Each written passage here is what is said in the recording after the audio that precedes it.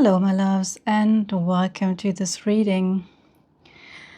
It's good to have you back. If you're new here, welcome. Yeah, I like to give a little heads up before I dive into my readings, especially if you're new here. My readings can be pretty unique. They might not be what you're used to.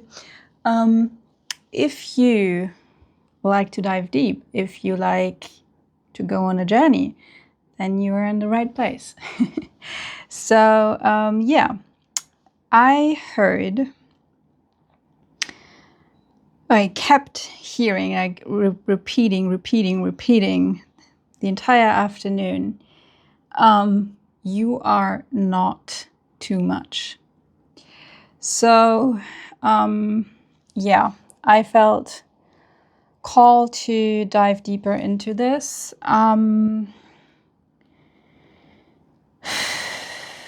can already tell that this is related to the other reading I did post on the summer solstice. I can't remember the title right now. I will link it at the end of this video. It is basically the last video I posted, so you should be able to find it. All right, let's dive into this. You are not enough. You are not enough. You are not too much. Two sides of the same coin. You are not enough. Seems to be, I believe, this feels like a center, like a core belief that someone has or had. It's like a red thread that runs through your entire life. Oh, not just your entire life, your entire family, your entire ancestry. This feeling of not being enough. There's always more to do, always something that you have to achieve or grow into or... Okay, I hear it's a trap. And there's something that you seem to be running into a certain kind of trap that stems from this core belief. And it's something that is disguising itself as something positive. So let me give you an example. Sometimes when we are on a healing journey, for example, we have the core belief of I am not enough, then what might happen is that you feel like you have to keep on healing, and it's never enough. It's very, very strongly related to perfectionism, because the sense of not being enough is basically what is at the core of perfectionism, because like something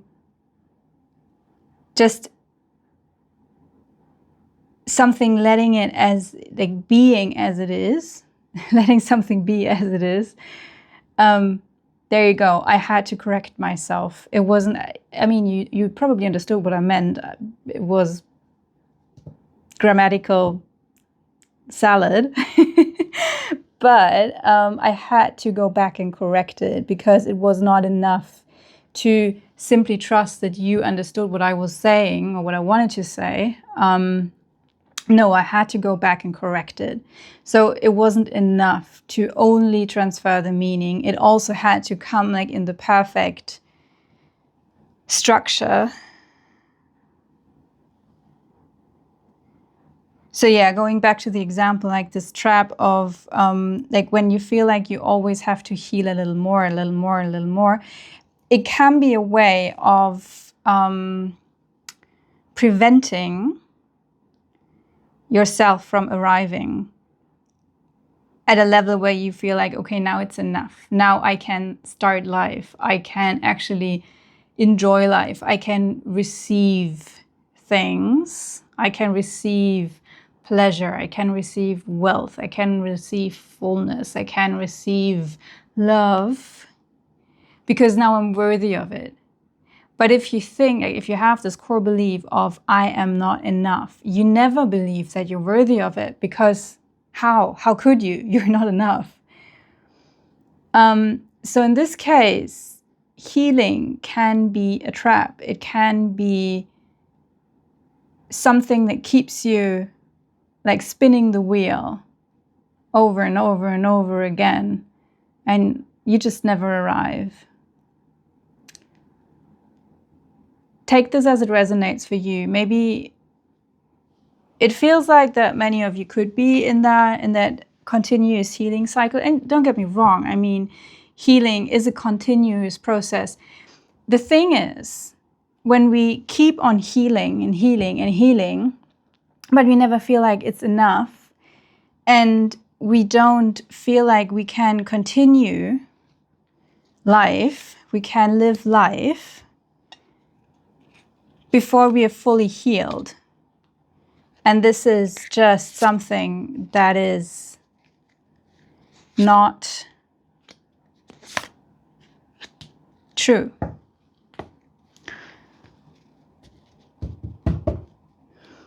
All right.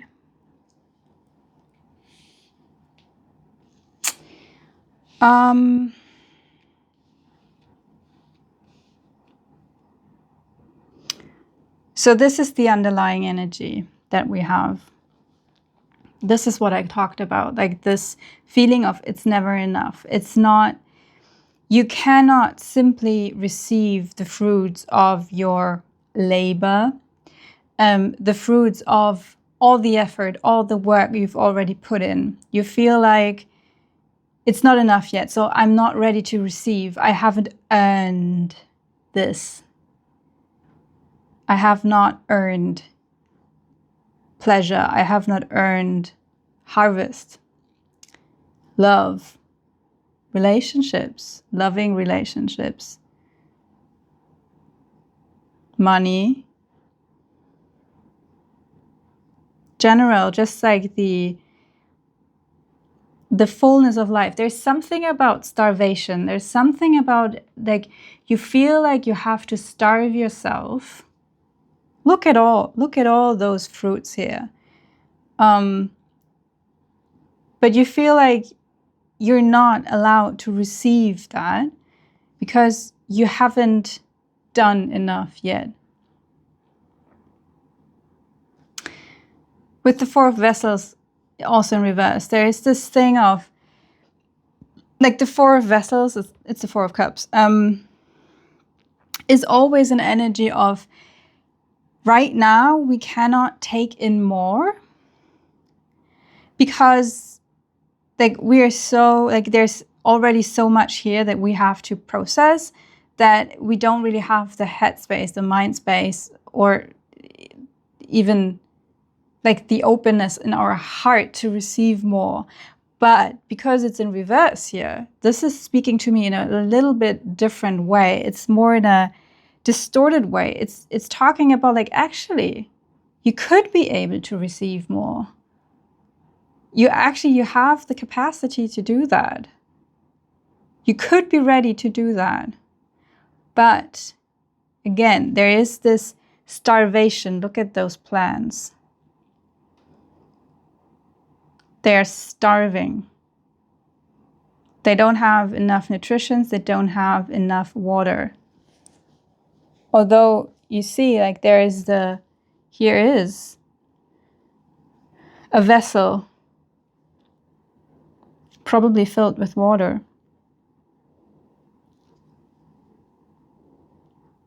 But it's being denied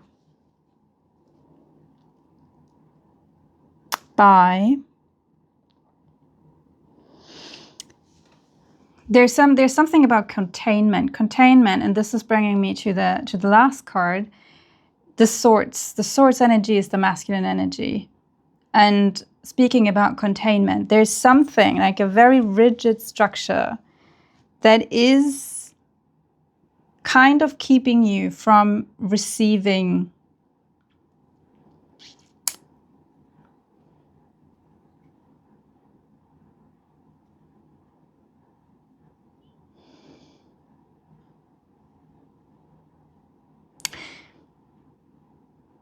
this is looking to me right now like a Damocles, I never know how to pronounce this in English, Damocles sword, like a sword hanging over your head.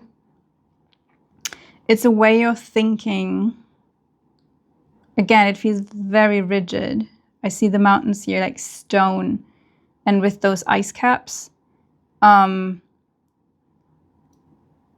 It's a very rigid, very restricting energy.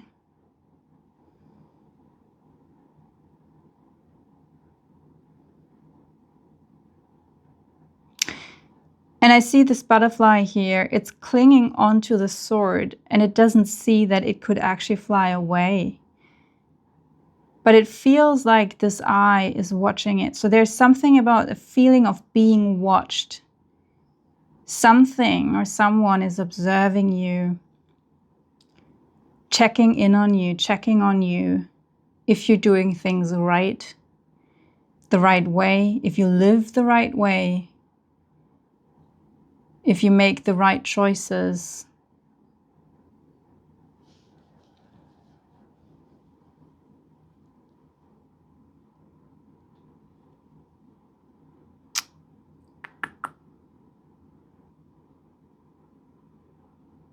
And then there you are.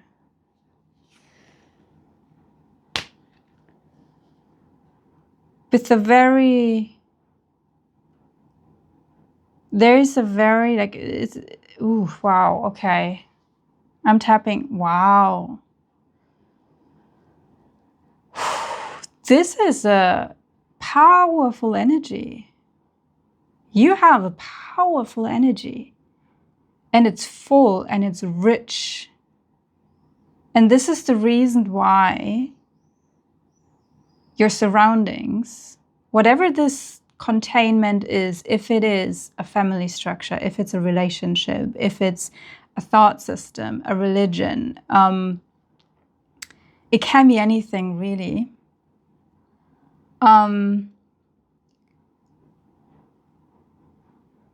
It tries to dim your light. It tries to limit your capacity to fully express yourself. And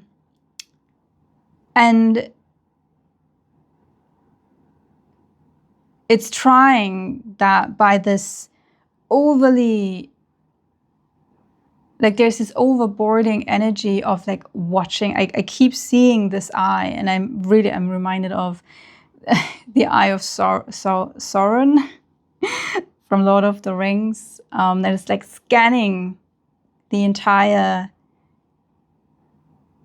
landscape, surroundings.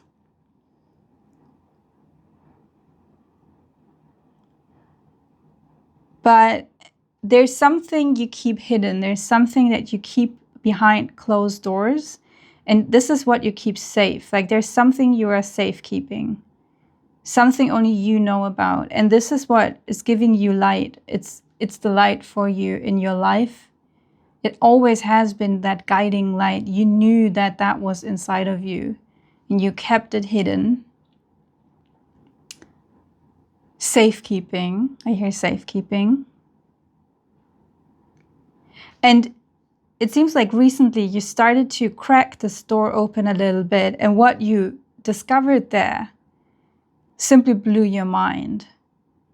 And I do feel like I need to open a little more of my shutters here. It's getting dark.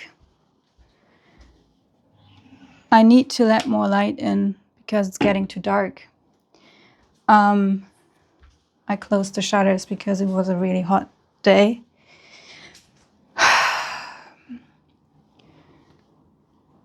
So, yeah, there's something about letting like the light in. And like I said, you recently started to have a peak, and maybe you were, I think you were both amazed and intimidated by it. And you might have been tempted to close the door again, but that's not possible. And you realized like you couldn't, like you could not forget what you saw there. With the Champion of Coins, it's a slow moving process. It's something that is unfolding in a very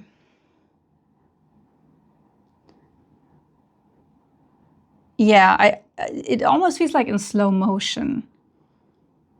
It's almost like slow motion. And you are like, this is giving you time to digest what you discovered.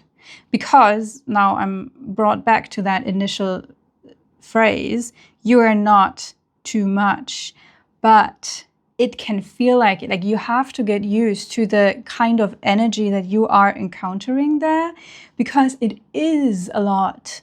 It is a lot, and you have to learn to hold it yourself. And the thing is, like with this containment that you had, this kind of energy that I'm feeling is there. It needs some kind of containment, because otherwise it will go rogue. And you know that intuitively, and I don't want to scare you. Like you are doing everything perfectly right, and you don't need to be afraid of that energy. It is not, okay, I feel like I need to say that, like it's not an evil energy. It's not bad. It's powerful, yes. But it is a loving,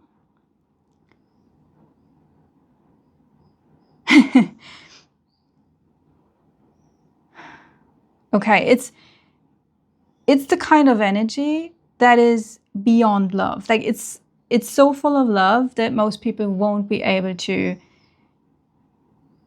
I wanted to say intellectualize it. Like it's not possible, like in any way, shape or form, to intellectualize that kind of energy.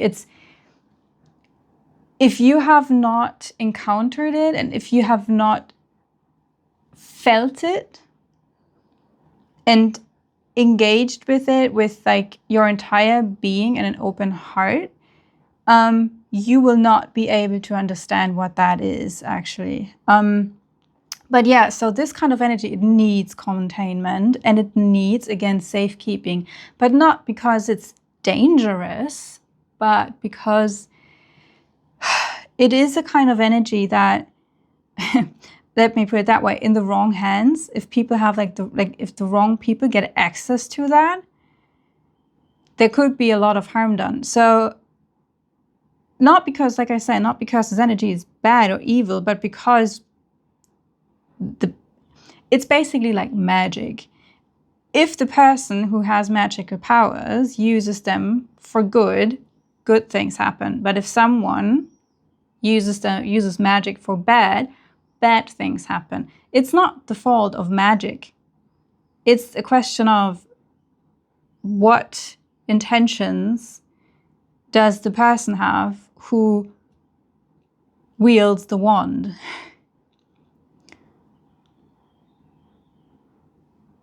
Okay, so this is why this is a very, very slow unfolding process. And this is basically, this seems to be confirmation for someone. And if you are like, what are you talking about? I have no idea what you're talking about, then this is probably not a reading. You, like when you hear that, you will recognize it. You will recognize this energy, or it also could be that you might encounter this energy soon, and this reading is basically preparing you for when you encounter it, that you recognize what this is.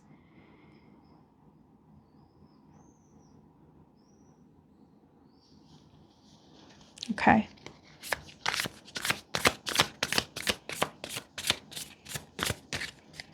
I still hear the echo. You are not enough. You are not enough. Again, what is that?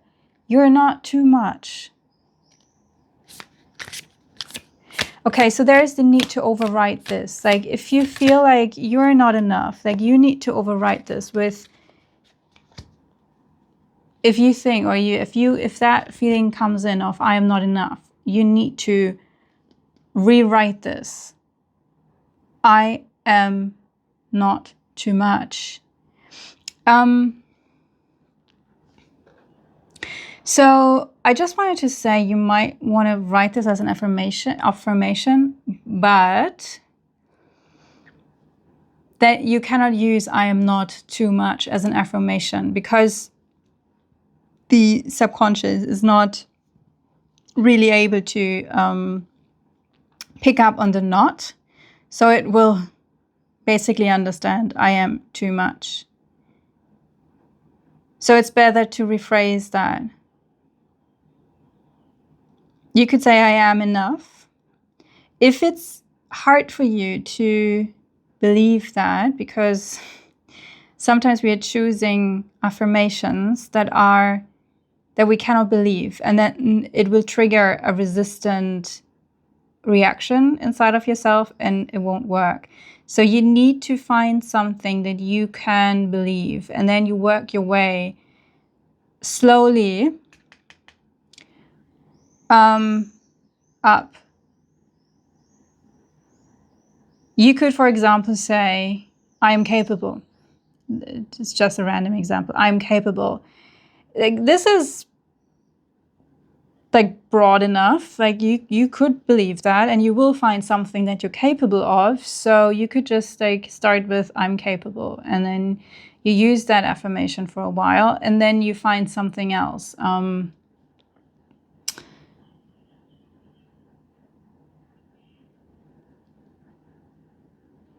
I hear I am magical. Maybe this is something you want to believe about yourself. I am expansive. Oh, I like that one. This is already touching on this I am not too much. I am expansive, because this is pretty much open. It's a very open energy, right? And it's talking about this expanding, expansive energy, but it doesn't have like this negative connotation, this negative twist on it. So it seems like someone likes to work with affirmations. So this might be helpful for you. Yeah, I pulled these two cards, the Two of Wands and the Ten of Vessels. This again is speaking to this like full energy, this again expansive energy. It's basically like this card right now, right here, is telling me you have the capacity to bring into your life, to manifest whatever you want. Like the energy I'm tapping in here, like that is powerful. You can you can pretty much manifest the dream life you are looking for. You might not see this yet. You will. I know you will. Might be a bit of a journey, but you will. And maybe you know that already. And you are like already working on that. But with the Two of Wands here, I do see that this is for someone who's kind of starting out on the journey. Like you are embarking on this journey. You are, like I said, like you just cracked this door open. You just saw something and you're like, holy shit, what's that? I didn't even know that this kind of magic existed. And then not even that, like not only that this kind of magic exists in this world, you saw it inside of yourself. And now you're like, what the fuck? Where? How? How? How? And how come I've never noticed this before? And so what I want to say right now is enjoy this discovering process. Enjoy this first encounter with this newfound energy, and know that this is your ticket into a fulfilled life, into your fulfillment. And even if you cannot quite see it yet. You can't quite see where this is going or how on earth this should all work. Trust me, you will find out. And you have all the time in the world. This is with this champion of coins saying there's no rush. There's no rush.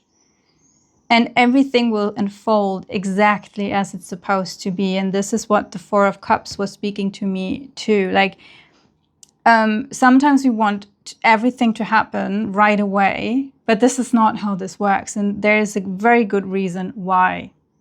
Because, again, like, this kind of energy can be too much if you're not prepared, if you're not ready for it. But if you're doing this in the right way, if you're going about this in a divinely guided way, then the moment you step fully through that door, you will be ready. You will be ready. So I would like to ask for some advice right now for like what you can do with it. Yeah, okay. So breathe, like come back into the moment, connect with, I don't know, if you meditate, if you do breathing exercises. It might be beneficial to just set aside every day, maybe in the morning, a moment of like connecting within, like with your inner core. Grounding is very, very important.